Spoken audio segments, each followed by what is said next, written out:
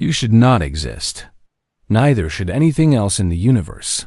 Not stars, not planets, not the atoms making up your body, not even empty space itself. According to our best theories of physics, everything you see around you should have been annihilated in the first fraction of a second, after the Big Bang, leaving behind nothing but pure energy radiating through an empty cosmos for eternity. The problem is antimatter. For every particle that exists, there should be an identical antiparticle with opposite charge. When matter and antimatter meet, they destroy each other completely, converting their entire mass into pure energy according to Einstein's famous equation E equals mc. This annihilation is the most efficient energy conversion process in the universe, far more powerful than nuclear fusion or fission. Here's what should have happened. In the first microsecond after the Big Bang, the universe contained equal amounts of matter and antimatter, both created from pure energy as space expanded and cooled. These particles should have found each other almost immediately and annihilated completely, leaving behind nothing but photons, particles of light, traveling through an eternally empty universe. No atoms, no molecules, no chemistry, no complexity, just endless radiation expanding through space. But obviously, that's not what happened. You exist. The Earth exists. Stars and galaxies fill the cosmos. Somehow, matter survived when it should have been completely destroyed. This represents one of the deepest mysteries in physics, a cosmic puzzle so fundamental that solving it literally explains why anything exists at all. The numbers make this mystery even more baffling. Current observations suggest that for every billion antimatter particles in the early universe, there were about 1,000,000,001 matter particles. That tiny excess, just one extra particle per billion, is what saved everything. When the Great Annihilation occurred, nearly all matter and antimatter destroyed each other, but that minuscule leftover matter became everything we see today. Dr. Andrei Sakharov first outlined the conditions necessary for this cosmic survival in 1967, identifying 3 requirements that the universe must have satisfied to generate more matter than antimatter. His work revealed that understanding why you exist requires exploring some of the most exotic physics in the universe, from the behavior of particles that live for billionths of a second to violations of fundamental symmetries that most physicists thought were absolute. This isn't just an abstract physics problem. It's the ultimate existential question. Why does anything exist instead of nothing? The answer involves quantum mechanical processes that operate at scales trillions of times smaller than atomic nuclei, cosmic phase transitions that occurred when the universe was younger than a heartbeat, and symmetry-breaking events that determined the fundamental structure of physical reality. The European Organization for Nuclear Research, CERN, has built the most sophisticated machines in human history to recreate the conditions where matter and antimatter interact, searching for clues about why matter survived the cosmic annihilation that should have destroyed everything. The Large Hadron Collider smashes particles together at energies approaching those present in the first moments after the Big Bang, generating antimatter and studying how it behaves differently from ordinary matter. What makes this mystery even more profound is that antimatter isn't hypothetical. We can create it, store it, and study its properties in detail. Every positron emission tomography, PET scan in hospitals uses antimatter annihilation to image the inside of human bodies. Particle accelerators routinely produce antiprotons, antineutrons, and even complete antiatoms. We know antimatter exists and understand exactly how it should behave. Yet somewhere in the early universe, the perfect balance between matter and antimatter was broken. The cosmos developed a preference for matter over antimatter that was so slight it would be undetectable in laboratory experiments, but so crucial that it made the difference between a universe filled with complexity and one containing nothing but radiation. Recent discoveries have revealed that this matter-antimatter asymmetry isn't just ancient history. It is an ongoing process that continues to shape cosmic evolution. The same physical principles that saved matter in the early universe continue operating today, influencing everything from the behavior of subatomic particles to the formation of galaxies across billions of light years.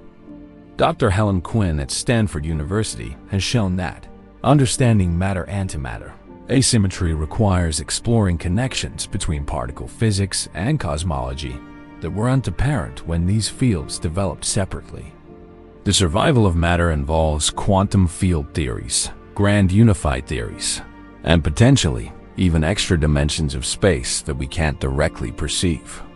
This cosmic mystery also connects to some of the biggest questions in modern physics.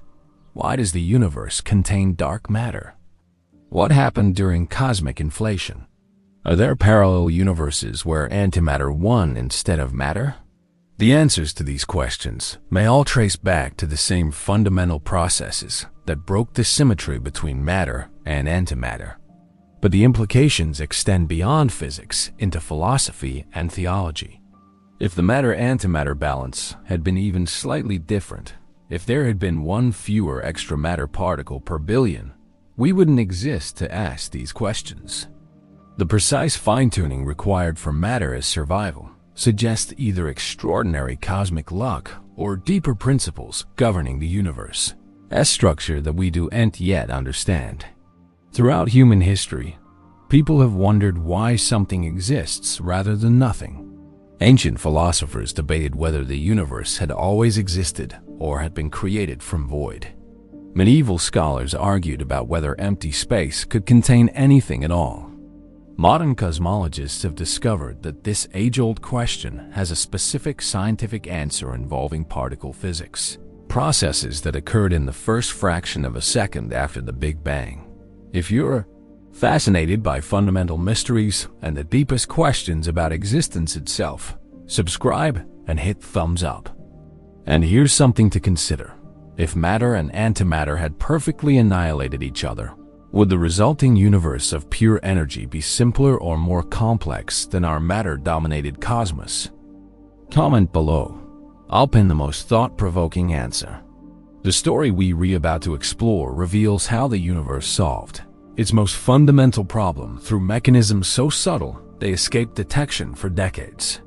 We'll all discover that your existence depends on quantum mechanical processes that violate symmetries most physicists assumed were absolute. We'll uncover how cosmic phase transitions in the early universe created the matter-antimatter imbalance that made chemistry, biology, and consciousness possible. This isn't just the story of why matter survived. It's the explanation for why complexity, structure, and ultimately life itself could emerge from the cosmic catastrophe that should have left the universe forever empty. Every atom in your body exists because the universe found a way to cheat perfect symmetry by the smallest possible margin. The answer to why you exist lies hidden in the quantum foam of spacetime itself, where virtual particles pop into existence and annihilate billions of times per second, where fundamental forces unified and then separated, where the very fabric of reality underwent transformations that determined whether anything could ever exist at all. Now let's begin our journey into the heart of existence itself, where we'll discover how the universe chose matter over antimatter, and in doing so, chose everything over nothing. Chapter 1. Perfect symmetry in the beginning. The universe was perfectly balanced between creation and destruction. Matter and antimatter existing in exact equality according to the fundamental symmetries that govern all physical processes. This cosmic equilibrium should have led to immediate and total annihilation, leaving behind nothing but energy expanding through empty space. To understand why anything exists today, we need to explore how the universe was supposed to work according to the deepest principles of physics, and why those principles weren't quite perfect after all. The concept of antimatter emerged from one of the most beautiful equations in physics, Paul Dirac's relativistic wave equation, formulated in 1928. Dirac was attempting to create a quantum mechanical description of electrons that was consistent with Einstein's special theory of relativity. His equation predicted the existence of particles identical to electrons in every way except for their electric charge, particles that would later be called positrons. When Dirac first published his equation, many physicists were skeptical about these hypothetical antiparticles. The mathematics seemed to require their existence, but no one had ever observed them in nature. The equation suggested that every electron should have an antimatter twin with opposite charge, and that when these particles met, they would annihilate each other in a flash of pure energy. Carl Anderson's discovery of the positron in cosmic ray experiments in 1932 confirmed Dirac's prediction and opened an entirely new chapter in physics. Cloud chamber photographs showed the unmistakable tracks of particles that behaved exactly like electrons, but curved in the opposite direction under magnetic fields. These anti-electrons, positrons, were the first confirmed antiparticles, proving that antimatter wasn't just mathematical speculation, but physical reality.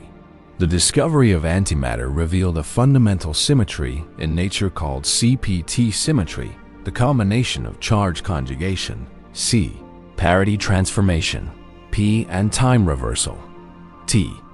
This symmetry implies that the laws of physics should remain unchanged if we simultaneously replace all particles with their antiparticles, flip spatial coordinates like looking in a mirror, and reverse the direction of time. Dr. Murray Gell-Mann and others developed this symmetry principle into a cornerstone of modern particle physics.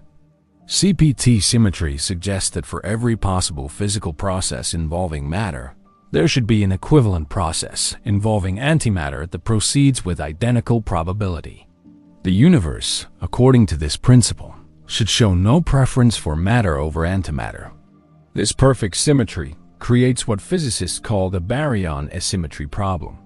Baryons include protons and neutrons, the particles that make up atomic nuclei. If the universe began with perfect matter-antimatter symmetry, it should have produced equal numbers of baryons and antibaryons. When these particles met, they should have annihilated completely, leaving behind only massless particles like photons and neutrinos. Computer simulations of the early universe consistently show this catastrophic outcome when perfect symmetry is assumed. Within the first microsecond after the Big Bang, as the cosmic temperature dropped below the threshold for creating new particle-antiparticle pairs, existing matter and antimatter would have found each other and undergone mutual annihilation. The energy release from this process would have been spectacular but brief, leaving the universe forever dark and empty. The European Space Agency's Planck satellite has measured the cosmic microwave background radiation, the afterglow of the Big Bang, with unprecedented precision. These measurements reveal that the observable universe contains roughly Y protons and virtually no antiprotons. This represents an enormous violation of the matter-antimatter symmetry that fundamental physics predicted should be exact. To appreciate the scale of this symmetry violation, imagine flipping a coin 1,080 times and getting heads every single time. The probability of such an outcome occurring by chance is essentially zero, far less likely than randomly selecting a single specific atom from all the matter in the observable universe. Yet somehow, the universe achieved exactly this level of matter-antimatter asymmetry. Dr. Steven Weinberg calculated that the observed matter density in the universe requires an initial matter-antimatter asymmetry of approximately 1 part in 1 billion. This means that for every billion antimatter particles in the early universe, there were 1 billion and 1 matter particles. This tiny excess became everything we see today after the Great Annihilation destroyed the perfectly matched pairs. The precision required for this asymmetry is staggering. If the imbalance had been slightly smaller, there wouldn't have been enough surviving matter to form stars and galaxies. If it had been much larger, the universe would have been so dense with matter that it would have collapsed back into a black hole within millions of years. The observed asymmetry sits in a narrow range that allows cosmic structure formation over billions of years. Recent experiments at CERN have confirmed that antimatter behaves exactly as theory predicts when it comes to fundamental interactions. The alpha experiment has successfully trapped antihydrogen atoms, complete antiatoms consisting of antiprotons and positrons, and measured their properties with extraordinary precision. These measurements show perfect symmetry between matter and antimatter and their electromagnetic and gravitational interactions. The OTRAP collaboration has measured the charge-to-mass ratio of antiprotons to 15 decimal places, confirming that antiprotons are indeed perfect mirror images of protons. Similarly, precision measurements of positron properties show exact correspondence with electron characteristics but with opposite charge. All experimental evidence supports the theoretical prediction that matter and antimatter should be perfectly symmetric. Yet this experimental confirmation makes the cosmic matter-antimatter asymmetry even more mysterious. If laboratory measurements show perfect symmetry, where did the asymmetry that saved the universe come from? The answer must involve physics beyond what we can currently test in terrestrial experiments. Processes that operated under the extreme conditions present in the early universe, but are too subtle to detect in modern particle accelerators. Theoretical physicists have identified several possible sources of matter-antimatter asymmetry, but all require violations of symmetries that appear perfect in laboratory tests.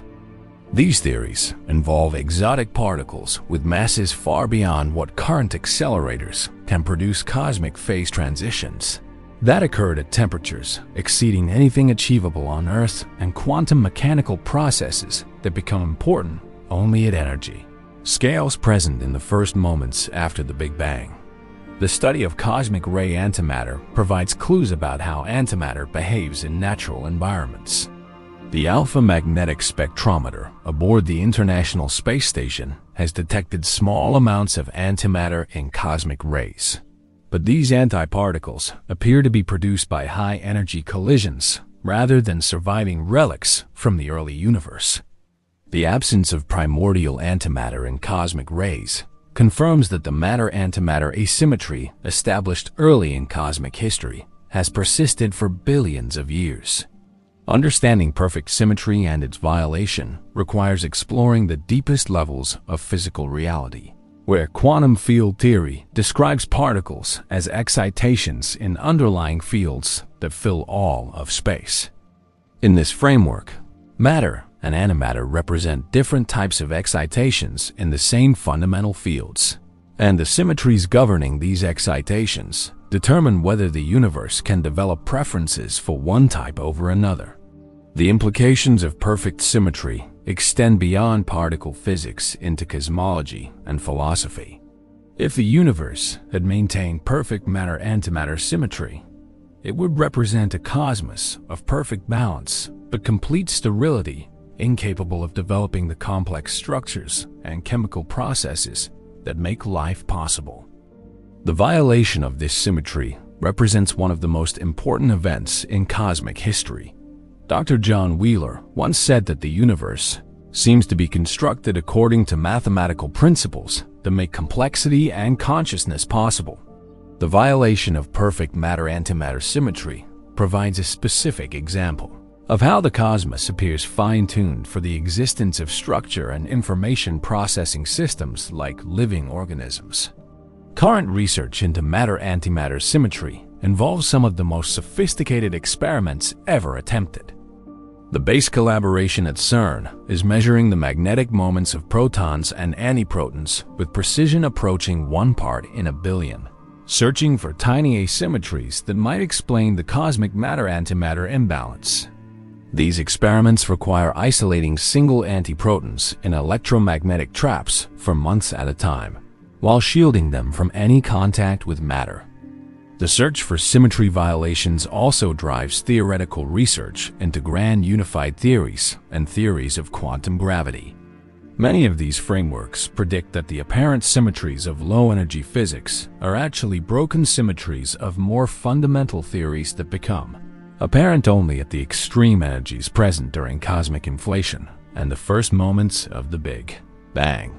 Perhaps most remarkably, the violation of perfect matter-antimatter symmetry demonstrates that the universe is fundamentally creative rather than merely conservative.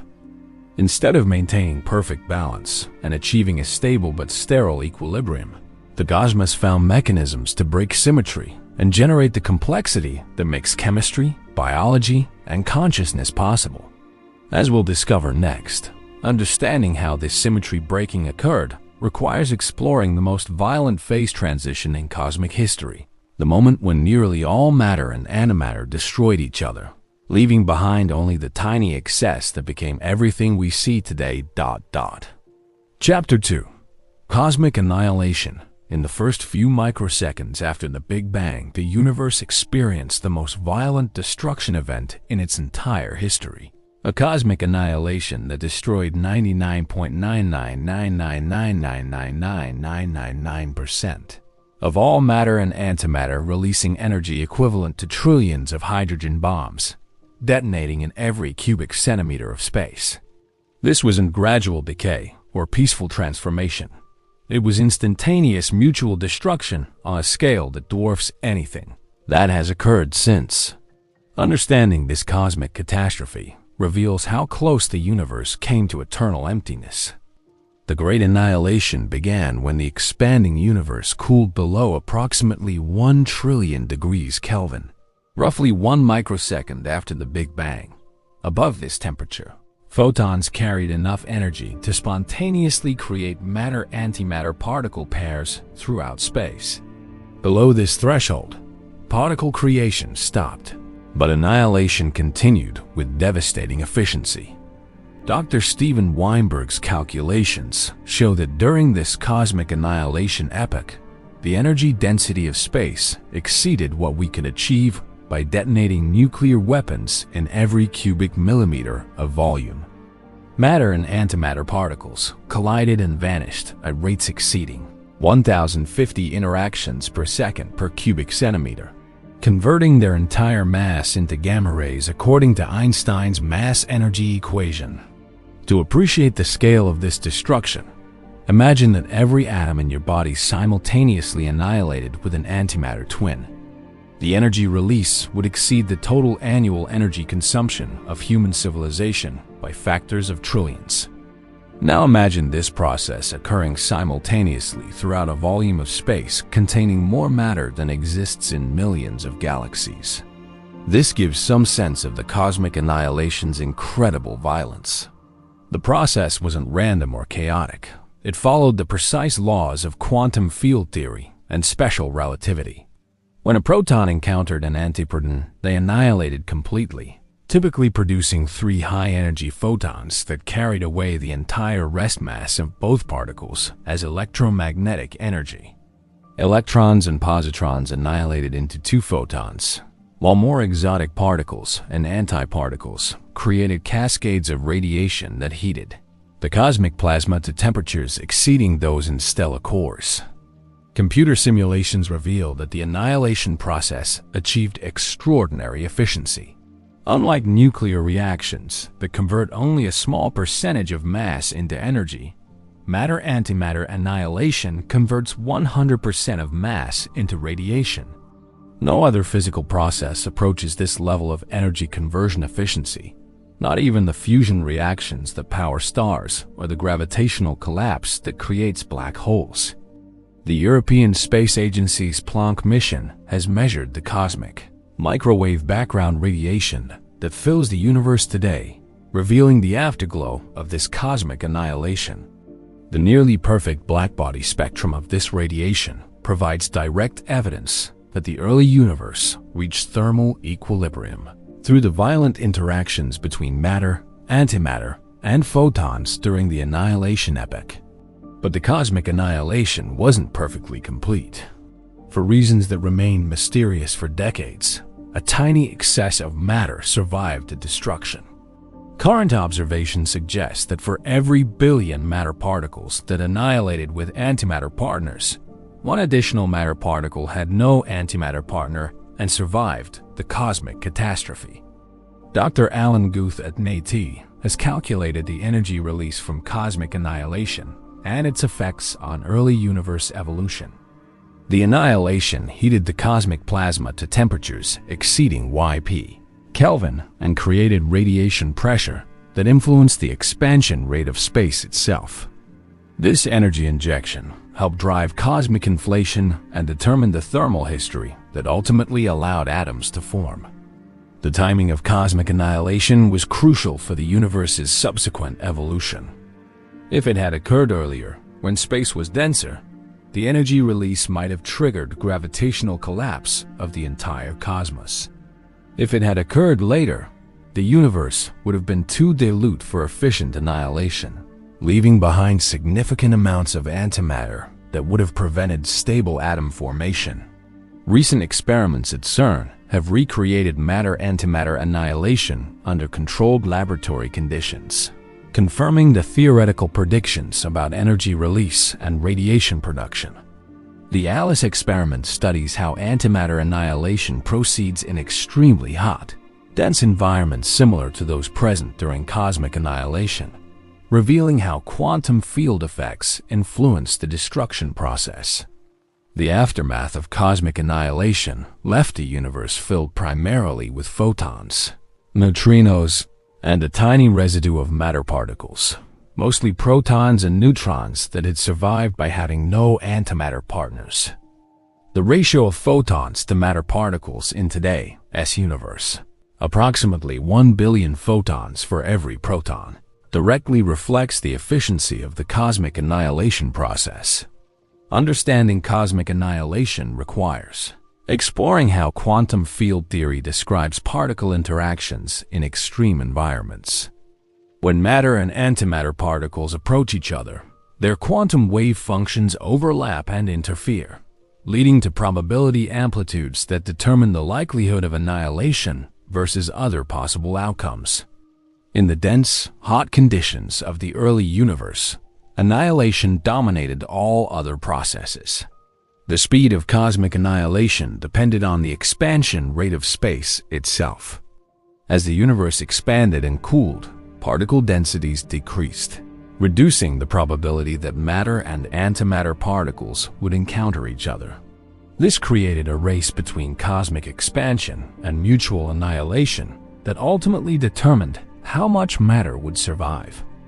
Dr. Andre Lind's models of cosmic inflation show how the expansion of space during the first fraction of a second after the Big Bang influenced the annihilation process. Rapid expansion diluted matter and antimatter densities, reducing annihilation rates and potentially allowing slightly larger amounts of matter to survive than would have been possible in a more slowly expanding universe. The cosmic annihilation also produced secondary effects that influenced the formation of light elements during Big Bang nucleosynthesis. The energy release heated the cosmic plasma and affected the neutron-to-proton ratio at the time when nuclear reactions could first occur. This influenced the primordial abundances of hydrogen, helium, and lithium that we observe in the oldest stars today. Modern antimatter research has revealed just how efficient cosmic annihilation must have been. When researchers at CERN create antimatter and particle accelerators, they must use sophisticated magnetic traps and ultra-high vacuum systems to prevent the antiparticles from immediately annihilating with ordinary matter. In the early universe, no such isolation was possible. Matter and antimatter existed together in intimate contact. The alpha collaboration has successfully trapped individual antimatter atoms for over 1,000 seconds in laboratory conditions, but this requires isolating them in vacuum chambers with pressures billions of times lower than the density of space between galaxies. During cosmic annihilation, matter and antimatter existed at densities exceeding those in atomic nuclei, making isolation impossible and annihilation inevitable. Perhaps most remarkably, cosmic annihilation represents the universe's closest approach to perfect nothingness. If the matter-antimatter asymmetry had been even slightly smaller, the annihilation would have been so complete that insufficient matter would have survived to form stars and galaxies. The cosmic annihilation brought the universe within 1 part per billion of eternal emptiness. The energy released during cosmic annihilation exceeded the binding energy of space-time itself, potentially creating quantum fluctuations that influenced the large-scale structure of the universe. Some theories suggest that the annihilation process generated gravitational waves that contributed to the cosmic microwave background patterns we observe today. Dr. Lisa Randall at Harvard has explored how cosmic annihilation might have proceeded differently if the universe contained extraspatial dimensions beyond the 3 we directly observe. In higher dimensional theories, matter and antimatter might have additional ways to interact or separate, potentially explaining why a matter excess survived the destruction. The study of cosmic annihilation also provides insights into the nature of vacuum itself. Quantum field theory shows that empty space isn't actually empty, but filled with virtual particle-antiparticle pairs that constantly appear and disappear. During cosmic annihilation, the boundary between virtual and real particles became blurred, as the extreme energy densities made virtual pair production a dominant process. Current research into dark matter and dark energy may be connected to cosmic annihilation processes. Some theories propose that dark matter consists of particles that interact so weakly with ordinary matter that they survived the cosmic annihilation without finding antimatter partners. Understanding why some particles annihilated while others didn't could explain the universe's current matter content. The cosmic annihilation represents more than just a historical event. It demonstrates how the universe solved its most fundamental existential crisis. Faced with perfect matter-antimatter symmetry that should have led to complete self-destruction, the cosmos found mechanisms to generate the tiny asymmetry that made complexity and life possible. As we'll explore next, the survival of matter from this cosmic catastrophe was not random luck, but depended on specific mechanisms that violate fundamental symmetries, discoveries that revolutionized our understanding of how the deepest laws of physics actually work. Chapter 3. Broken Symmetries. The universe is not as symmetric as it appears. Beneath the elegant mathematical relationships that govern fundamental interactions lie subtle violations of the deepest symmetries in physics. Violations so small they escape detection for decades, yet so crucial they explain why anything exists at all. The discovery that nature violates its own most fundamental symmetries represents one of the most profound revelations in modern physics, showing that the cosmos is fundamentally biased toward complexity over simplicity. For most of the 20th century, physicists believed that certain symmetries in nature were absolutely preserved. Conservation laws like energy, momentum, and electric charge seemed inviolable, backed by mathematical theorems proving their necessity for consistent physical theories. Among these sacred symmetries was parity, the idea that physical laws remain unchanged when spatial coordinates are reflected, like looking in a mirror. The first crack in this symmetry foundation appeared in 1956 when theoretical physicists Tsung-Dao Lee and Chen-Ning Yang proposed that parity might be violated in weak nuclear interactions, the fundamental force responsible for radioactive decay. Most physicists considered this idea preposterous, as parity conservation had never been observed to fail in any physical process. Dr. Chen Xiang Wu designed a brilliant experiment to test parity conservation using cobalt-60 nuclei cooled to temperatures near absolute zero and aligned by powerful magnetic fields. If parity were conserved, these radioactive nuclei should emit electrons equally in all directions. Wu's experiment revealed that electrons were preferentially emitted in one direction, proving that nature does distinguish between left and right at the fundamental level. This parity violation discovery earned Li and Yang the 1957 Nobel Prize in Physics, but it raised more questions than it answered. If nature violates parity in weak interactions, what other symmetries might be broken? The answer came through studying an even more fundamental symmetry, the combination of charge conjugation, replacing particles with antiparticles, and parity, known as CP symmetry. CP symmetry implies that physics remains unchanged if we simultaneously replace all particles with their antiparticles and flip spatial coordinates. Most physicists assume that even if individual C and P symmetries could be violated, their combination would remain sacred. This belief was shattered in 1964 by an experiment that would revolutionize our understanding of matter-antimatter asymmetry. James Cronin and Val Fitch, working at Brookhaven National Laboratory, discovered CP violation while studying the decay of neutral kaon's exotic particles that exist for tiny fractions of a second before transforming into other particles. Their experiment revealed that these particles behave differently from their antiparticle counterparts in ways that violate CP symmetry by about 1 part in 500. The discovery of CP violation provided the first experimental evidence that nature has a fundamental preference for matter over antimatter. Though the effect was tiny, far smaller than what classical physics would consider measurable, it opened a window into understanding how the cosmic matter-antimatter asymmetry might have originated. Dr. Andrei Sakharov immediately recognized the cosmological significance of CP violation. In 1967, he formulated 3 conditions necessary for generating matter-antimatter asymmetry in the early universe. Baryon number violation, processes that can change the total number of matter particles. CP violation, different behavior for matter and antimatter. And thermal non-equilibrium, departure from perfect thermal balance. Sakharov's conditions revealed that CP violation alone was insufficient to explain the cosmic matter excess.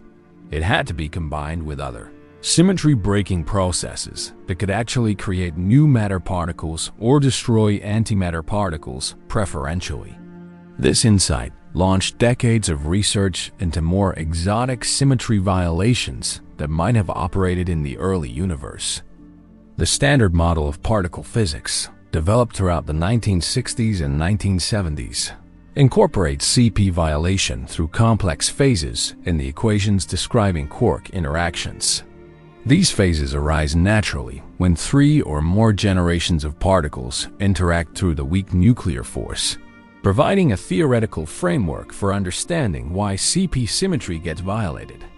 However, calculations using standard model CP violation show that it is far too weak to explain the observed cosmic matter-antimatter asymmetry.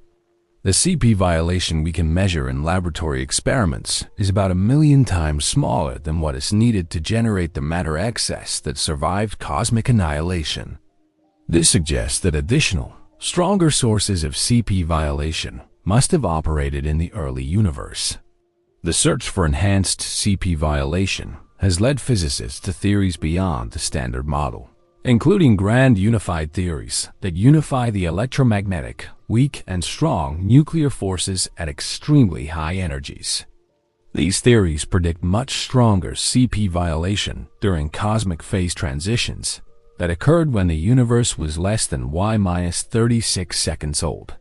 Dr. Helen Quinn and Roberto Pette identified another type of symmetry violation called the strong CP problem, related to why the strong nuclear force appears to conserve CP symmetry despite theoretical predictions that it should violate it. Their solution involves a new type of particle called the axion, which might also contribute to dark matter and cosmic matter-antimatter asymmetry. Recent experiments at CERN's Large Hadron Collider have discovered new sources of CP violation in the decay of B mesons particles containing bottom quarks. The LHCb experiment has measured CP violation effects that are larger than standard model predictions, potentially providing clues about the enhanced symmetry breaking that operated in the early universe. The study of neutrinos, nearly massless particles that barely interact with matter, has revealed another potential source of CP violation. Neutrino oscillation experiments show that these ghostly particles change from one type to another as they travel through space, and this transformation process might violate CP symmetry in ways that could have influenced cosmic matter-antimatter asymmetry. Dr. Takaaki Kajita and Arthur MacDonald shared the 2015 Nobel Prize in Physics for discovering neutrino oscillations, which require neutrinos to have mass despite original theoretical predictions that they should be massless. This discovery opened new possibilities for CP violation in the neutrino sector that might be much stronger than quark-based CP violation. The T2K experiment in Japan fires beams of neutrinos 295 kilometers through the Earth to study how they change type during their journey. Recent results suggest that neutrinos and antineutrinos might oscillate differently, providing evidence for CP violation in the neutrino sector that could be relevant for cosmic matter-antimatter asymmetry. Understanding broken symmetries requires exploring how quantum field theory describes the vacuum state of space itself.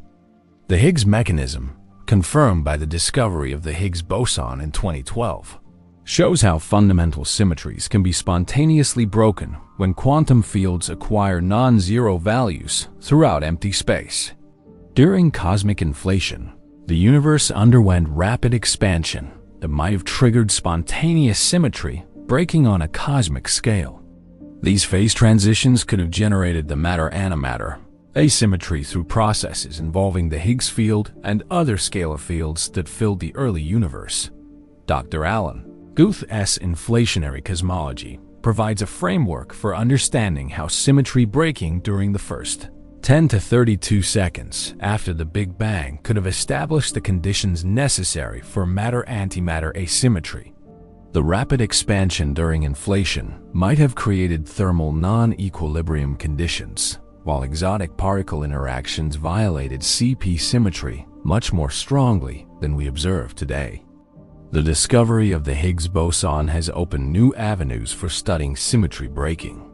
The Large Hadron Collider can now probe how the Higgs field behaves under extreme conditions, potentially revealing additional symmetry violations that were important in the early universe but are undetectable under normal circumstances. Perhaps most profoundly, the study of broken symmetries reveals that the universe is fundamentally creative rather than conservative. Instead of maintaining perfect mathematical symmetries that would lead to sterile simplicity, nature found ways to break these symmetries and generate the complexity that makes chemistry, biology, and consciousness possible. The violations of fundamental symmetries represent more than technical details of particle physics. They constitute the universe's solution to the existential crisis of perfect matter-antimatter balance. Through mechanisms so subtle they required the most sophisticated experiments to detect, the cosmos developed preferences that saved it from eternal emptiness. Current research continues to search for new symmetry violations that might explain not only matter-antimatter asymmetry, but also dark matter, cosmic inflation, and the fundamental structure of spacetime itself. Understanding how and why symmetries break may be the key to developing a complete theory of everything. As we'll discover next, these broken symmetries operated most powerfully during cosmic phase transitions, moments when the entire universe underwent transformations so violent they changed the fundamental laws of physics themselves. Chapter 4. Phase transitions. The universe has died and been reborn multiple times. Not through cosmic collapse and re-expansion, but through phase transitions so violent they rewrote the fundamental laws of physics, changing the very nature of space, time, and matter in ways that make the difference between ice and water seem trivial by comparison. These cosmic metamorphoses occurred in the first fraction of a second after the Big Bang, each transition fundamentally altering reality and potentially generating the matter-antimatter asymmetry that saved everything from annihilation. To understand cosmic phase transitions, we must first grasp how profound they truly are. When water freezes into ice, molecules rearrange but remain chemically identical. When the early universe underwent phase transitions, the fundamental forces themselves changed identity. Particles that exist today became impossible, and entirely new types of matter emerged from the quantum vacuum. The most dramatic cosmic phase transition occurred during cosmic inflation, roughly 10 to 36 seconds after the Big Bang. when the universe expanded by a factor exceeding 1026 in less time than light takes to cross a proton. This wasn't mere expansion of existing space. It was the explosive creation of space itself, driven by quantum fields undergoing transitions between different vacuum states. Dr. Alan Guth's original inflation theory proposed that this transition occurred when a scalar field called the inflaton suddenly dropped from a false vacuum state to its true ground state. Like a ball rolling down a hill, the field released enormous potential energy that drove exponential expansion while reheating the universe to temperatures exceeding 1028 degrees Kelvin. During inflation, the universe existed in a state that no longer occurs anywhere in the cosmos. The laws of physics operated differently, with forces unified in ways that became impossible after the transition ended. Particles that might be fundamental today were composite objects, while entirely different particles served as the basic building blocks of matter. The end of inflation triggered the first major phase transition in cosmic history, the breaking of grand unified symmetry that separated the strong nuclear force from the electroweak force. This transition occurred when the universe cooled below about 1016 degrees Kelvin, causing quantum fields that had been unified during inflation to split into distinct forces with different strengths and interaction patterns. Dr. Jogesh Patti and Abdus Salam first proposed grand unified theories in the 1970s, suggesting that at sufficiently high energies, the electromagnetic, weak, and strong nuclear forces merge into a single interaction. These theories predict that the symmetry-breaking transition could have generated matter-antimatter asymmetry through the preferential decay of superheavy particles into matter rather than antimatter. The grand unified phase transition wasn't smooth or gradual. It occurred through bubble nucleation, where regions of space randomly transitioned to the new phase, forming expanding bubbles that eventually merged to complete the transition throughout the observable universe.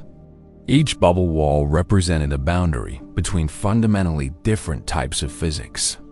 Computer simulations reveal that these bubble collisions released energy equivalent to converting significant fractions of the universe's mass into radiation.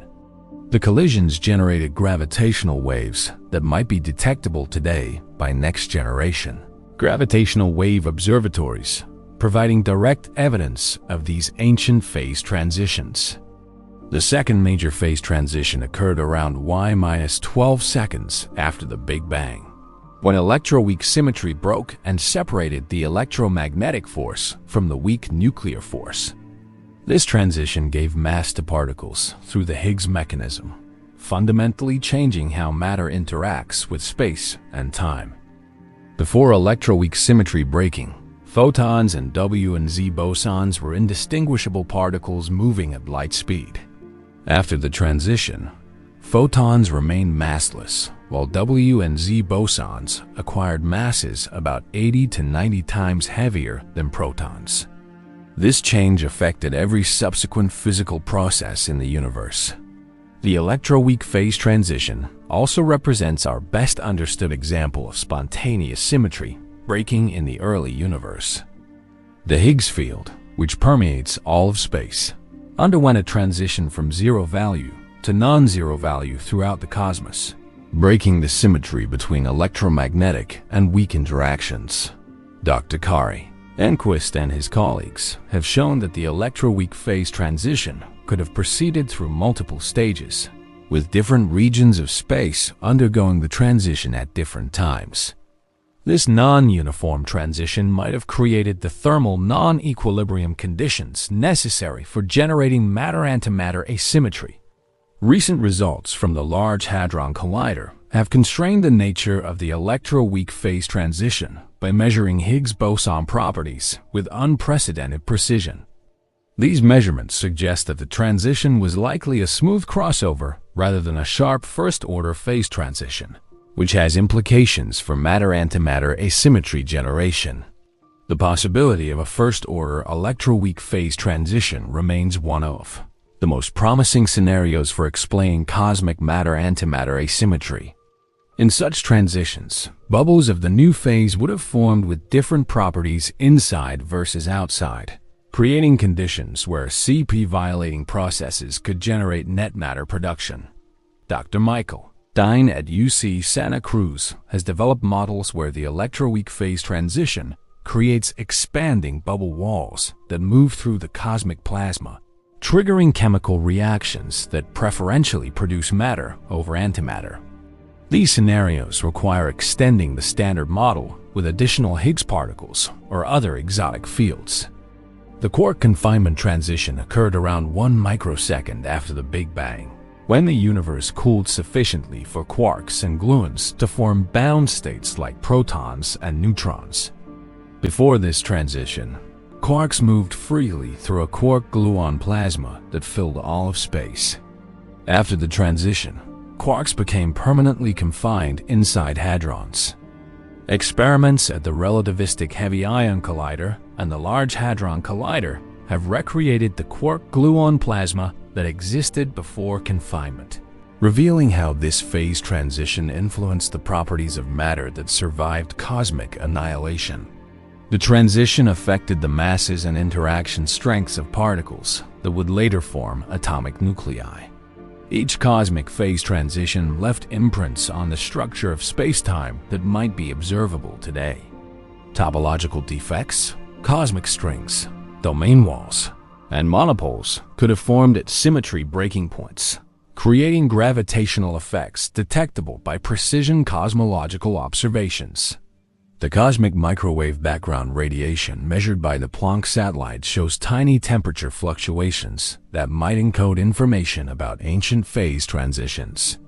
These fluctuations represent quantum mechanical uncertainties that got stretched to cosmic scales during inflation and subsequent phase transitions. Dr. Neil Turok has proposed that cosmic phase transitions continue to influence universe evolution through mechanisms involving dark energy and dark matter. Some theories suggest that dark energy represents a scalar field similar to the inflaton that drove early cosmic inflation, potentially undergoing slow phase transitions that accelerate cosmic expansion. Understanding cosmic phase transitions requires exploring quantum field theory under extreme conditions impossible to recreate in terrestrial laboratories. The energy densities during these transitions exceeded nuclear densities by factors of trillions, creating regimes where quantum gravity effects might have become important. The study of phase transitions in condensed matter physics provides analogies for understanding cosmic transitions. Just as superconductors undergo phase transitions that change their electromagnetic properties, the early universe underwent transitions that changed the fundamental forces and particle properties. Perhaps most remarkably, cosmic phase transitions demonstrate that the universe is fundamentally dynamic rather than static. The laws of physics themselves evolve through these transitions, with different epochs characterized by different sets of fundamental particles, forces, and interaction strengths. Current research into cosmic phase transitions involves both theoretical modeling and experimental searches for their consequences. Next-generation gravitational wave detectors might observe the background of gravitational waves produced during ancient phase transitions, while precision measurements of fundamental constants search for evidence of ongoing phase evolution. The possibility that we are currently experiencing a slow phase transition related to dark energy adds urgency to understanding these cosmic metamorphoses. If the universe is still evolving through phase transitions, our current understanding of physics might represent just one epoch in an ongoing story of cosmic transformation. As we'll explore next, the most crucial phase transitions for generating matter-antimatter asymmetry required violations of baryon number, processes that could actually create new matter particles or preferentially destroy antimatter, going beyond simple symmetry, breaking to fundamental particle creation and destruction. Chapter 5. Baryon Genesis. In the beginning, the universe contained no protons, no neutrons, and no atomic nuclei, none of the basic building blocks that would eventually form stars, planets, and living beings. Baryon number, which counts the difference between matter and antimatter particles, was exactly 0. Yet somehow, through processes so exotic they've never been observed directly, the early universe learned to create more matter than antimatter, generating the baryonic matter that comprises everything we see today. This cosmic alchemy represents one of the most mysterious chapters in the universe's early history. Baryons include protons and neutrons, the particles that give atomic nuclei their mass and determine the chemical elements. In the standard model of particle physics, baryon number is absolutely conserved, meaning that baryons can only be created in matter-antimatter pairs and can only be destroyed through mutual annihilation. This conservation law appears inviolable in all laboratory experiments, yet the universe somehow violated it on a cosmic scale. The term baryogenesis describes the hypothetical processes that generated the cosmic baryon symmetry we observe today. Unlike ordinary chemical reactions that rearrange existing atoms, baryogenesis required creating new baryons from pure energy while simultaneously destroying antibaryons, leading to a net increase in matter particles that shouldn't be possible according to known physics. Dr. Andrei Sakharov outlined 3 conditions necessary for baryogenesis in 1967. Processes that violate baryon number conservation, sufficient CP violation to distinguish between matter and antimatter, and thermal non-equilibrium conditions that prevent the universe from erasing any generated asymmetry. All 3 conditions must be satisfied simultaneously for baryogenesis to occur. The search for baryon number violation has become one of the most important quests in modern physics. Grand unified theories predict that protons, normally stable particles, should occasionally decay into lighter particles, violating baryon number conservation. The Super Kamiokande detector in Japan has searched for proton decay for decades without finding a single event, setting limits that challenge many theoretical models. Despite the absence of observed proton decay, grand unified theories remain the leading candidates for explaining cosmic baryogenesis. These theories predict that at temperatures exceeding 10-15 degrees Kelvin, conditions that existed in the first 10 to 35 seconds after the Big Bang baryon number violation became common through the interactions of superheavy particles. Dr. Howard Georgi and Sheldon Glashow developed the first realistic grand unified theory in 1974, showing how the electromagnetic, weak, and strong forces could merge into a single interaction at extremely high energies. Their theory predicted new particles with masses about yp times heavier than protons, which could decay asymmetrically into matter and antimatter. These superheavy particles, often called X-bosons, would have existed only during the first moments after the Big Bang, when temperatures were high enough to create them from thermal energy.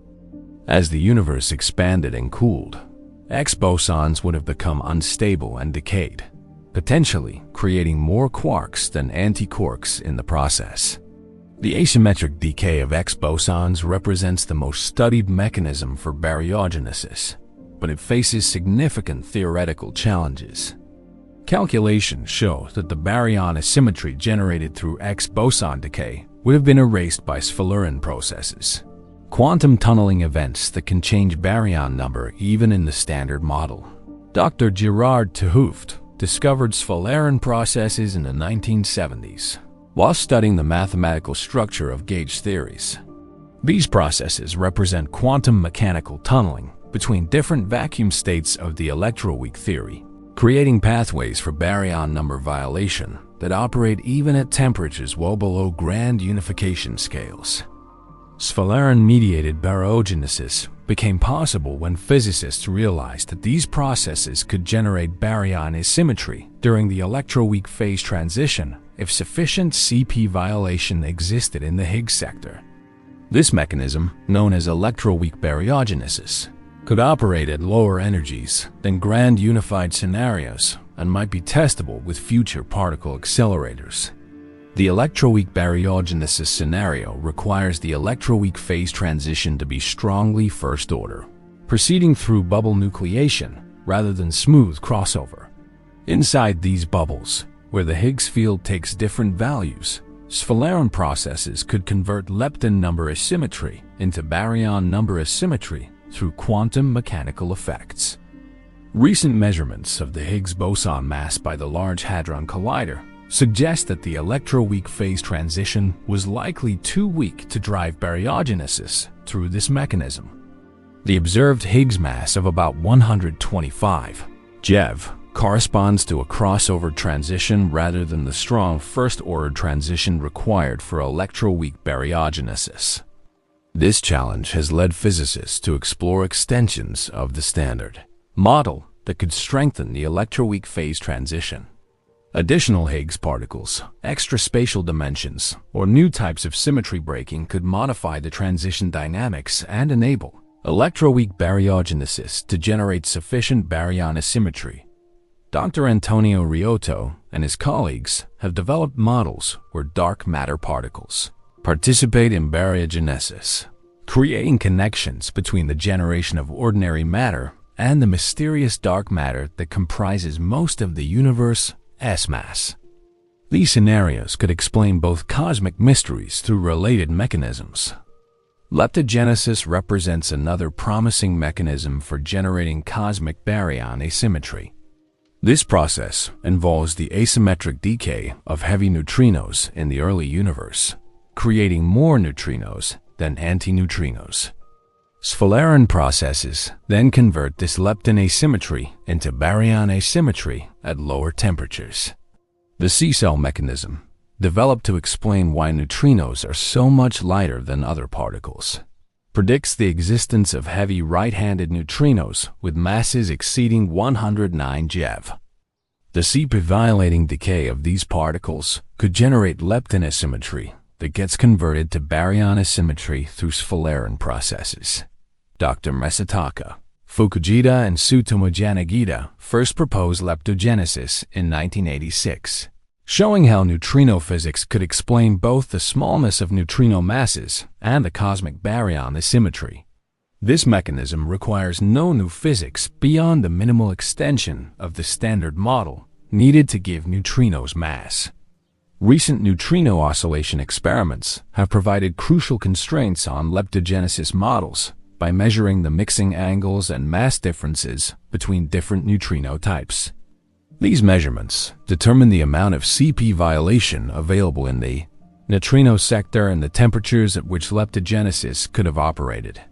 The study of cosmic ray neutrinos and their antimatter counterparts might provide additional clues about leptogenesis. The ice cube experiment at the South Pole has detected high-energy neutrinos from distant cosmic sources, but hasn't yet found evidence for neutrino-antineutrino asymmetries that might persist from the early universe.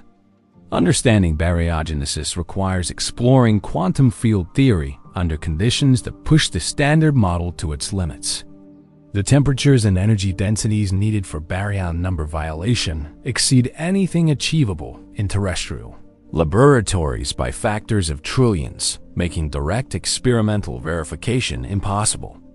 Computer simulations of baryogenesis must account for the complex interplay between particle physics, thermodynamics, and cosmic expansion during the first moments after the Big Bang. These calculations reveal that successful baryogenesis requires precise timing. The processes must operate when conditions favor baryon production, but end before thermal equilibrium erases any generated asymmetry. Perhaps most remarkably, baryogenesis demonstrates that the universe solved its existential crisis through mechanisms involving the most exotic physics imaginable. The creation of matter from pure energy required violations of conservation laws that appear absolute in everyday experience, yet occurred on scales encompassing the entire observable cosmos. The search for evidence of baryogenesis continues through multiple approaches: proton decay experiments that could reveal baryon number violation, neutrino experiments that constrain leptogenesis scenarios, and cosmological observations that measure the baryon density with increasing precision. Future gravitational wave detectors might observe signals from cosmic phase transitions associated with baryogenesis, providing direct evidence for these ancient processes. The proposed Big Bang Observer mission could detect gravitational waves from electroweak baryogenesis or grand unified phase transitions. The study of baryogenesis also connects to fundamental questions about the nature of time and causality. The processes that generated matter asymmetry might have operated through quantum mechanical effects that challenge our understanding of how cause and effect work in the quantum realm. Current research into baryogenesis explores connections to dark matter, cosmic inflation, and the hierarchy problem in particle physics. Understanding how the universe created matter might provide insights into these other cosmic mysteries and help develop a more complete theory of fundamental physics.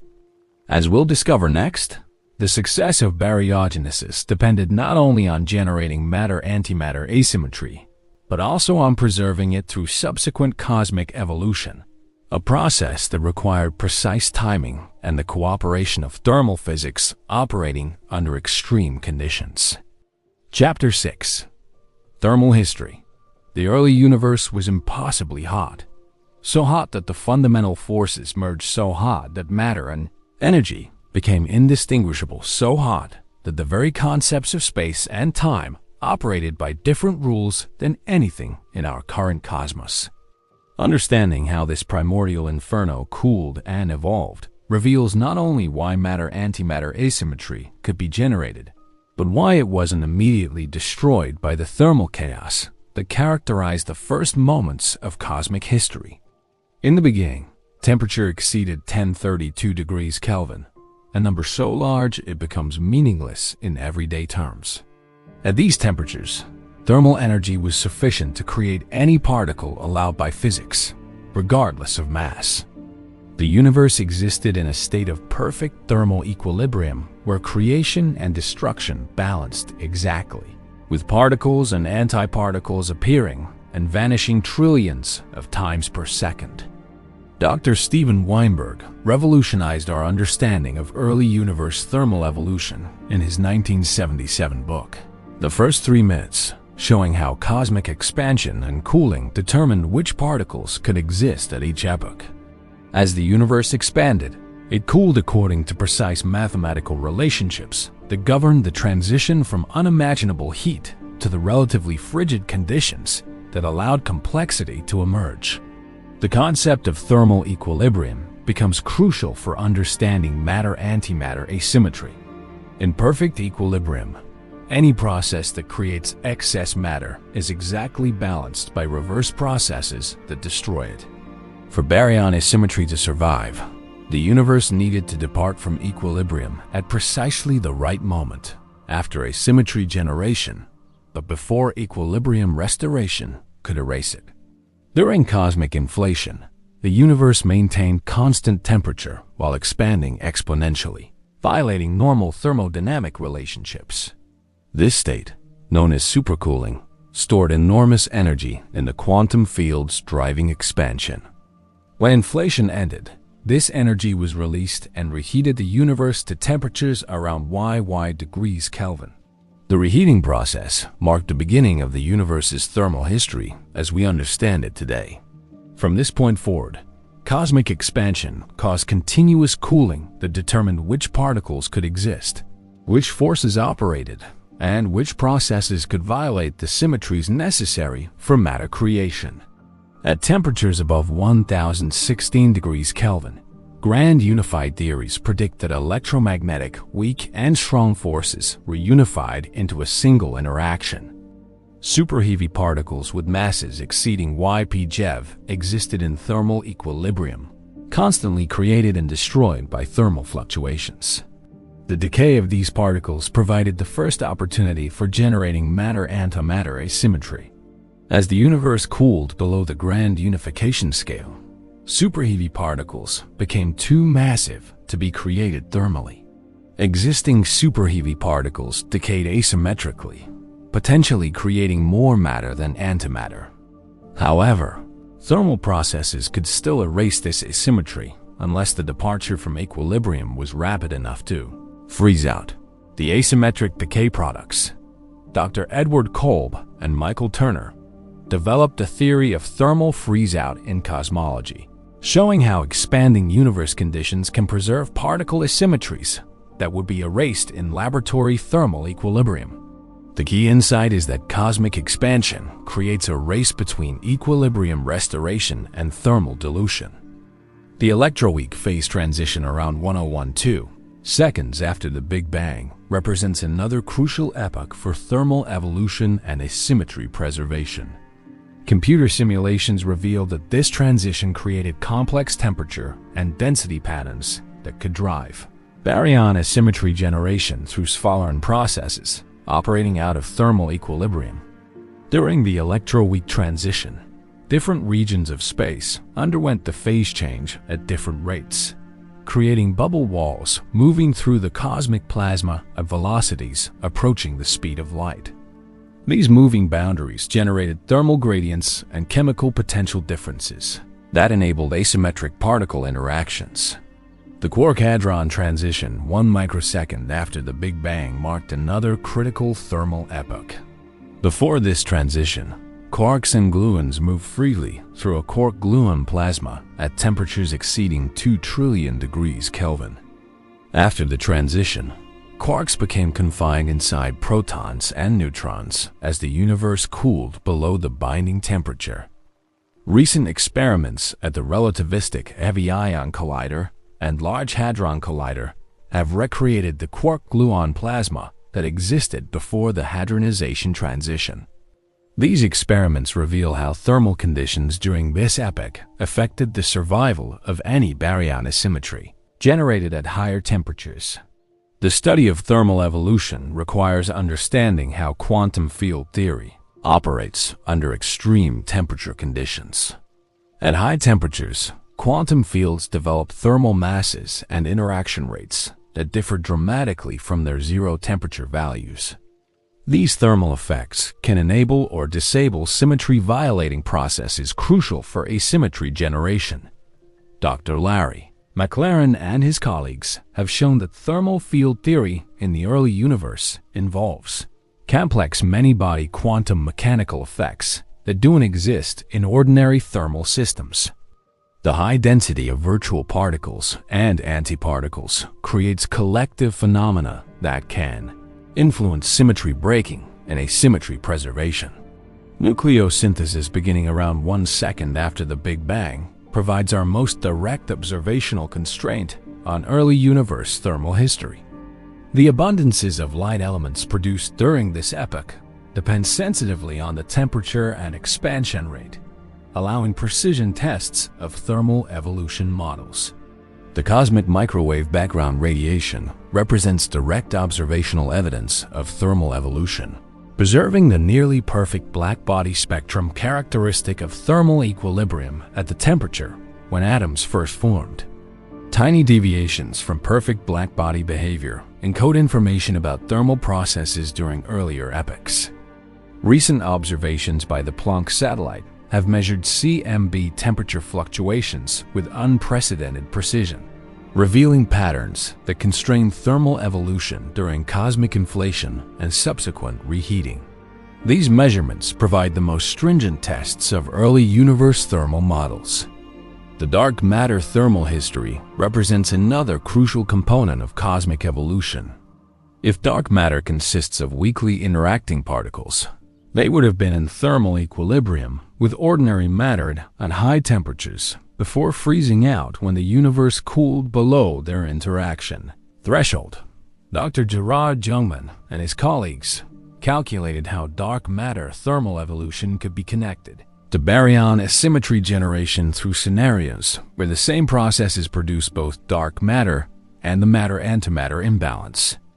These models predict specific relationships between dark matter abundance and baryon density. Understanding thermal evolution also reveals how the universe avoided other potential catastrophes. At certain temperatures, thermal fluctuations could have triggered vacuum decay, magnetic monopole production, or gravitational collapse, disasters that thermal evolution managed to avoid through precise timing. The anthropic principle suggests that we observed a particular thermal history that led to matter-antimatter asymmetry, because universes with different thermal evolution wouldn't have produced observers. This perspective raises profound questions about whether our thermal history represents cosmic luck or fundamental necessity. Modern lattice quantum chromodynamics calculations can simulate thermal evolution during the quark-hadron transition with increasing accuracy, providing detailed predictions for how thermal processes affected matter-antimatter asymmetry preservation. These calculations reveal complex temperature-dependent effects that earlier analytical models couldn't capture. The study of thermal evolution in the early universe has practical applications for understanding thermal processes in extreme terrestrial environments. The physics governing thermal equilibrium and departure from equilibrium in the early universe appears in neutron star cores, heavy ion collisions, and possibly future fusion reactors. Perhaps most remarkably, thermal evolution demonstrates how the universe achieved precise timing for asymmetry generation and preservation. The cooling had to proceed at exactly the right rate, fast enough to preserve generated asymmetries, but slow enough to allow the necessary symmetry-violating processes to operate effectively. Current research into dark energy and cosmic acceleration suggests that the universe might still be undergoing thermal evolution related to vacuum, energy, and scalar field dynamics. Understanding early thermal evolution provides crucial background for interpreting these ongoing cosmic changes. The thermal history of matter-antimatter asymmetry reveals how the universe solved one of its most delicate timing problems. Through mechanisms involving cosmic expansion, quantum field thermal effects, and phase transition dynamics, the cosmos managed to generate and preserve the tiny matter excess that saved everything from annihilation. As we'll explore next, preserving this matter-antimatter asymmetry required more than just thermal evolution. It demanded precise understanding of how quantum mechanical processes operate when thermal equilibrium breaks down and the normal rules of statistical physics no longer apply. Chapter 7. Quantum effects at the deepest level. The survival of matter over antimatter depends not on classical physics or even thermal processes, but on the strange quantum mechanical effects that govern reality at scales smaller than atomic nuclei. These quantum phenomena, involving virtual particles, tunneling events, and phase transitions that exist only in mathematical abstractions, determined whether the universe would remain eternally empty or develop the complexity that makes life possible. Understanding quantum effects in the early universe reveals how nature operates according to probabilistic rules that challenge our everyday intuitions about cause and effect. Quantum mechanics operates by fundamentally different rules than classical physics. Instead of definite positions and velocities, particles exist in probability clouds described by wave functions that can interfere, tunnel through barriers, and exist in multiple states simultaneously. In the early universe, these quantum effects operated on cosmic scales, influencing the evolution of space-time itself. The quantum vacuum, what we think of as empty space, actually teems with virtual particle-antiparticle pairs that constantly appear and disappear, according to Heisenberg's uncertainty principle. During cosmic inflation, quantum fluctuations in this vacuum got stretched to astronomical sizes, creating the tiny density variations that eventually grew into galaxies and large-scale cosmic structure. Dr. Stephen Hawking showed that quantum effects near black hole event horizons can create real particles from virtual ones through processes that violate classical energy conservation. Similar quantum processes in the early universe could have converted virtual matter-antimatter fluctuations into real particle asymmetries through mechanisms involving curved spacetime and rapidly changing gravitational fields. The Casimir effect demonstrates how quantum vacuum fluctuations can produce measurable forces between metal plates in laboratory experiments. In the early universe, Quantum vacuum fluctuations interacted with the rapidly expanding space-time geometry to produce effects that influenced particle creation and potentially contributed to matter-antimatter asymmetry. Quantum tunneling represents another crucial effect for early universe physics. This process allows particles to pass through energy barriers that should be impenetrable according to classical physics. In the early universe, quantum tunneling enabled phase transitions between different vacuum states and allowed symmetry-breaking events that classical physics would forbid. Dr. Alexander Lincoln has shown that quantum tunneling can create entire universes from nothing through processes that violate classical conservation laws but respect quantum mechanical probability relationships. These quantum creation events might have generated matter-antimatter asymmetries through the fundamental randomness inherent in quantum mechanical processes. The Wheeler-DeWitt equation attempts to describe the quantum mechanics of the universe itself, treating space-time geometry as a quantum mechanical variable subject to uncertainty principles. Solutions to this equation suggest that the early universe existed in quantum superposition states that mixed different amounts of matter and antimatter until cosmic decoherence selected specific outcomes. Quantum field theory in curved spacetime reveals how particle creation and annihilation processes operate differently than in flat space. The expanding universe during inflation created time-dependent gravitational fields that could generate particle-antiparticle pairs asymmetrically, with quantum mechanical selection rules favoring matter over antimatter production. Dr. Leonard Parker pioneered the study of quantum field theory and cosmological backgrounds, showing that particle creation in expanding universes follows quantum mechanical rules that have no classical analogs.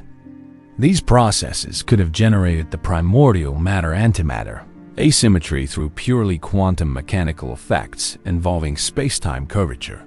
The quantum measurement problem becomes cosmological during early universe evolution.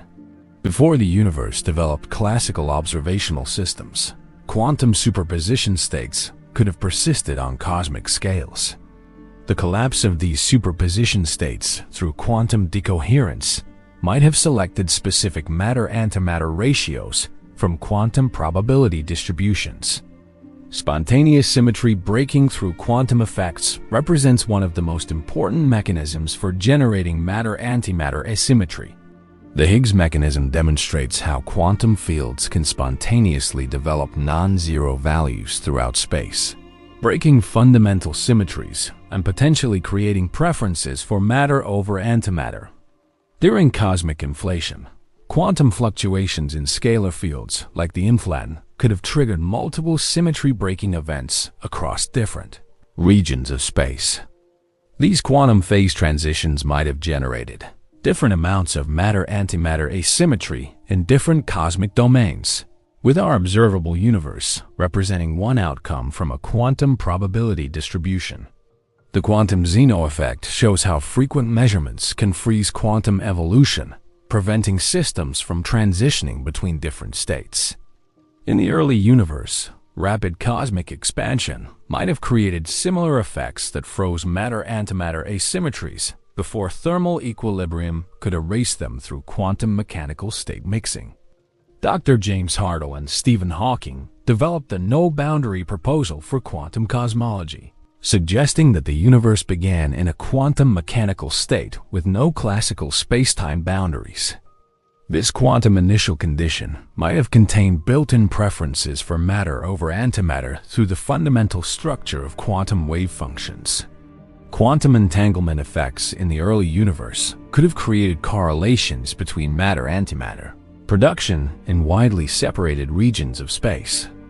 These quantum correlations might have enabled asymmetry generation mechanisms that operate non-locally, violating classical assumptions about causality and locality in symmetry-breaking processes. The study of quantum chromodynamics, the quantum field theory of the strong nuclear force, reveals how quantum effects can generate matter from pure energy through processes involving quark confinement and gluon interactions. During the quark-hadron transition, quantum mechanical binding effects converted massless quarks into massive protons and neutrons through purely quantum processes. Quantum anomalies, violations of classical conservation laws that arise purely from quantum mechanical effects, provide another mechanism for generating matter-antimatter asymmetry. The Chiral anomaly in electroweak theory enables baryon number violation through quantum mechanical triangular diagrams that have no classical analogs. Dr. Gerard 't Hooft did instance quantum tunneling solutions in gauge field theories can change baryon number even when classical processes forbid such transitions. These quantum mechanical tunneling events, called Sphalerine processes, might have generated matter-antimatter asymmetry during the electroweak phase transition. The quantum mechanical nature of virtual particles becomes important for understanding how matter-antimatter asymmetry could arise from apparently symmetric initial conditions. Virtual particle loops in quantum field theory diagrams can generate asymmetric interactions that distinguish between matter and antimatter through purely quantum mechanical interference effects. Recent developments in quantum information theory suggest that matter-antimatter asymmetry might be related to quantum computational processes occurring during cosmic evolution. The universe might have computed specific outcomes from quantum probability distributions, with matter dominance representing one solution to a cosmic quantum algorithm. The many-worlds interpretation of quantum mechanics raises profound questions about matter-antimatter asymmetry across multiple, parallel universes. If quantum mechanical evolution creates branching universes for every quantum measurement, there might be parallel cosmoses where antimatter dominates, with our matter-dominated universe representing one branch of cosmic quantum evolution. Quantum gravity effects become important at the Planck scale, where space-time itself becomes subject to quantum uncertainty principles. At these scales, the distinction between matter and antimatter might break down completely, with asymmetries emerging from the quantum mechanical properties of space-time geometry itself. The holographic principle suggests that quantum information about matter-antimatter asymmetry might be encoded on the surface boundaries of space-time regions rather than throughout their volumes. This perspective could explain how quantum mechanical processes generated cosmic asymmetries through information-theoretic mechanisms operating at fundamental scales. Understanding quantum effects in early universe evolution requires developing new mathematical tools that combine quantum field theory, general relativity, and statistical mechanics under extreme conditions. These calculations push the boundaries of theoretical physics and often yield results that challenge our classical intuitions about causality and conservation. Perhaps most remarkably, quantum effects demonstrate that the universe operates according to probabilistic rather than deterministic rules at the most fundamental level.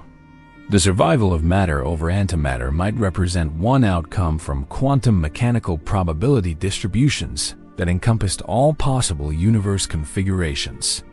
Current research into quantum cosmology explores how quantum mechanical effects during inflation might have determined not only matter-antimatter asymmetry, but also the values of fundamental constants, the dimensionality of space-time, and the basic structure of physical laws. Understanding these quantum effects could reveal why our universe has the specific properties that allow complexity and life to emerge.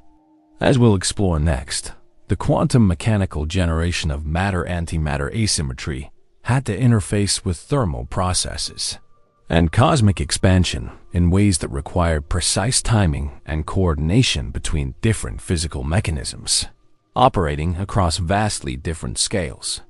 Chapter 8. The Weak Force. Among the four fundamental forces that govern reality, the weak nuclear force holds the key to understanding why anything exists at all. This force, responsible for radioactive decay and nuclear fusion in the Sun, possesses a unique property that distinguishes it from electromagnetism, gravity, and the strong nuclear force. It violates fundamental symmetries in ways that enable the universe to develop a preference for matter over antimatter. The weak force literally chose the future of cosmic evolution through interactions so subtle they escaped detection for decades, yet so crucial they saved everything from annihilation.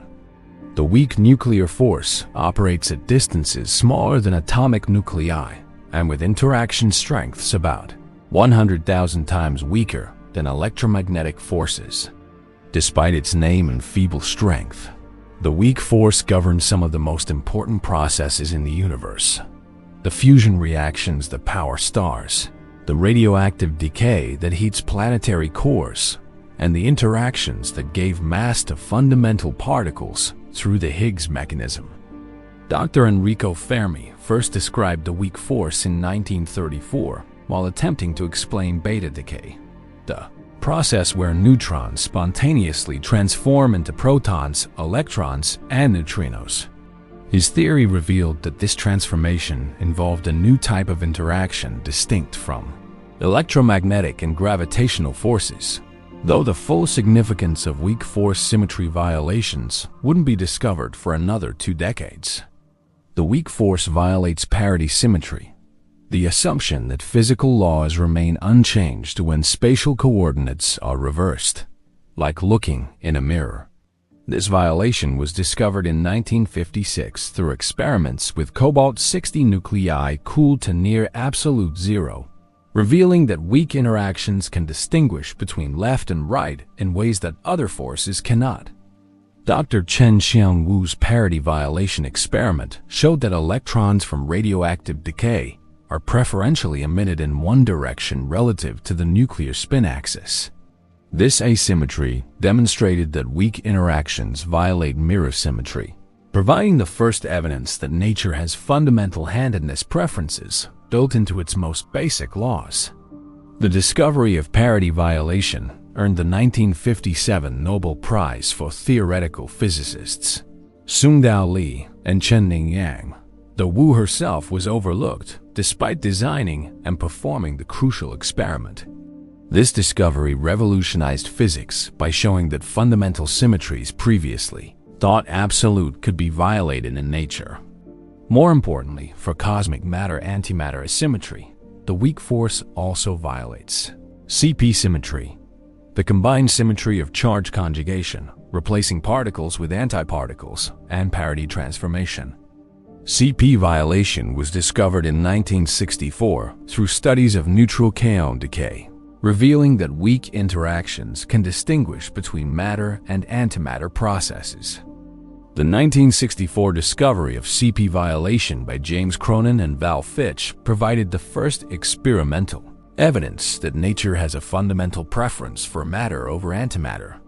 Though the effect was tiny, about 1 part in 500 for kaon decay, it opened the possibility that similar but stronger CP violation in the early universe could have generated cosmic matter-antimatter asymmetry. The Standard Model incorporates CP violation through complex phases in the equations, describing how quarks interact through the weak force. These phases arise naturally when 3 or more generations of particles mix through weak interactions, providing a theoretical framework for understanding why CP symmetry gets violated. However, calculations using Standard Model CP violation show that it's far too weak to explain the observed cosmic matter-antimatter asymmetry. The CP violation measurable in current experiments is about 1,000,000 times smaller than what's needed to generate the matter excess that survived cosmic annihilation.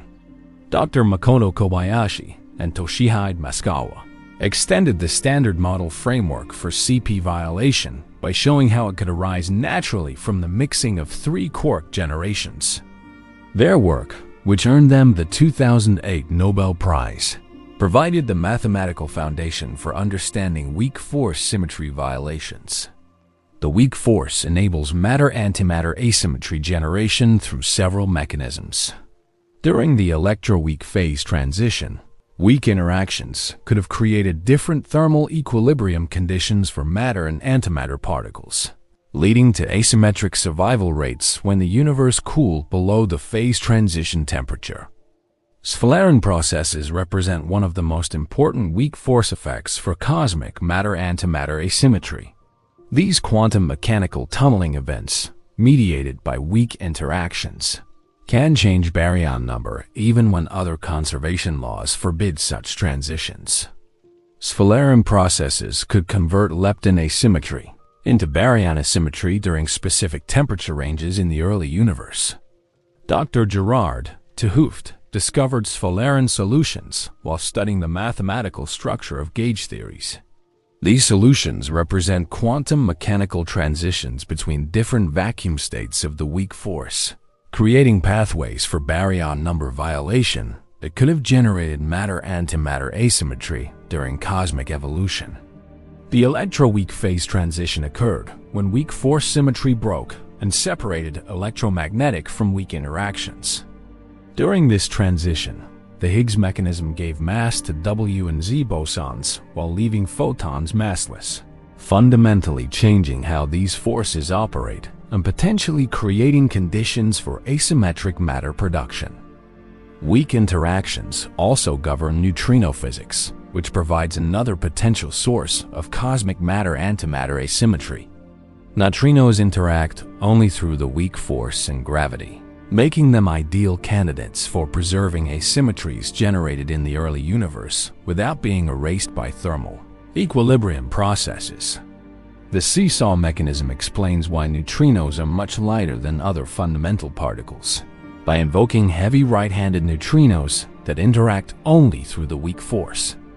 The CP-violating decay of these heavy neutrinos could have generated lepton asymmetry that was subsequently converted to baryon asymmetry through weak force Sphaleron processes.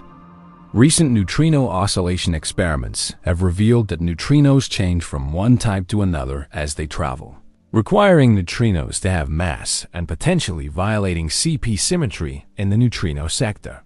The T2K experiment in Japan and NOVA experiment in the United States are measuring these oscillations to determine whether neutrino CP violation could explain cosmic matter-antimatter asymmetry.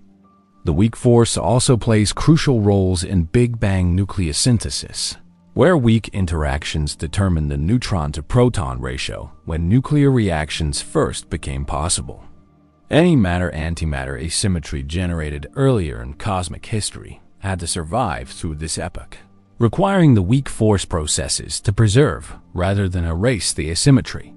Dr. David Schramm and his colleagues showed how weak interaction rates during nucleosynthesis constrain early universe conditions, including the amount of matter-antimatter asymmetry that could have existed when light elements formed. These constraints provide crucial tests of asymmetry generation mechanisms. The W and Z bosons that mediate weak interactions are among the heaviest fundamental particles, with masses about 80 to 90 times heavier than protons. These masses arose through the Higgs mechanism during electroweak symmetry breaking, connecting weak force properties to the scalar field that permeates all space. Understanding weak force effects in the early universe requires exploring quantum field theory under extreme conditions where weak interaction strengths and particle masses differ from their current values. During cosmic phase transitions, the weak force effectively became stronger and operated through different particle exchange mechanisms. The unification of electromagnetic and weak forces at high energies reveals that these apparently different interactions are actually aspects of a single electroweak force. This unification suggests that weak force CP violation might be connected to electromagnetic properties in ways that become apparent only under early universe conditions. Modern experiments continue searching for enhanced sources of CP violation beyond the standard model. The Bell-2 experiment in Japan and LHCb experiment at CERN are measuring CP violation in B meson decays with unprecedented precision, potentially revealing new sources of asymmetry that could explain cosmic matter-antimatter imbalance. The weak force also mediates interactions between ordinary matter and dark matter in many theoretical models. Understanding how weak force CP violation influenced ordinary matter asymmetry might provide clues about dark matter asymmetry and the observed ratio between dark and ordinary matter densities. Perhaps most remarkably, the weak force demonstrates how nature's apparent symmetries conceal fundamental asymmetries that become crucial under extreme conditions. The tiny violations of mirror symmetry and matter-antimatter symmetry that the weak force enables represent the universe's solution to the existential crisis of perfect balance. Current theoretical research explores how weak force unification with other fundamental interactions might have created enhanced CP violation during grand unified phase transitions. These scenarios could explain both the observed weakness of current CP violation and the strength needed for cosmic asymmetry generation. The study of weak force effects also provides insights into the fundamental structure of spacetime and quantum mechanics. Weak interactions violate symmetries that seem natural and inevitable, suggesting that our universe represents one specific outcome from a broader space of possible physical laws. As we'll explore next, the weak force's role in cosmic matter-antimatter asymmetry connects directly to modern particle accelerator experiments that recreate early universe conditions and search for the enhanced symmetry violations that saved everything from annihilation.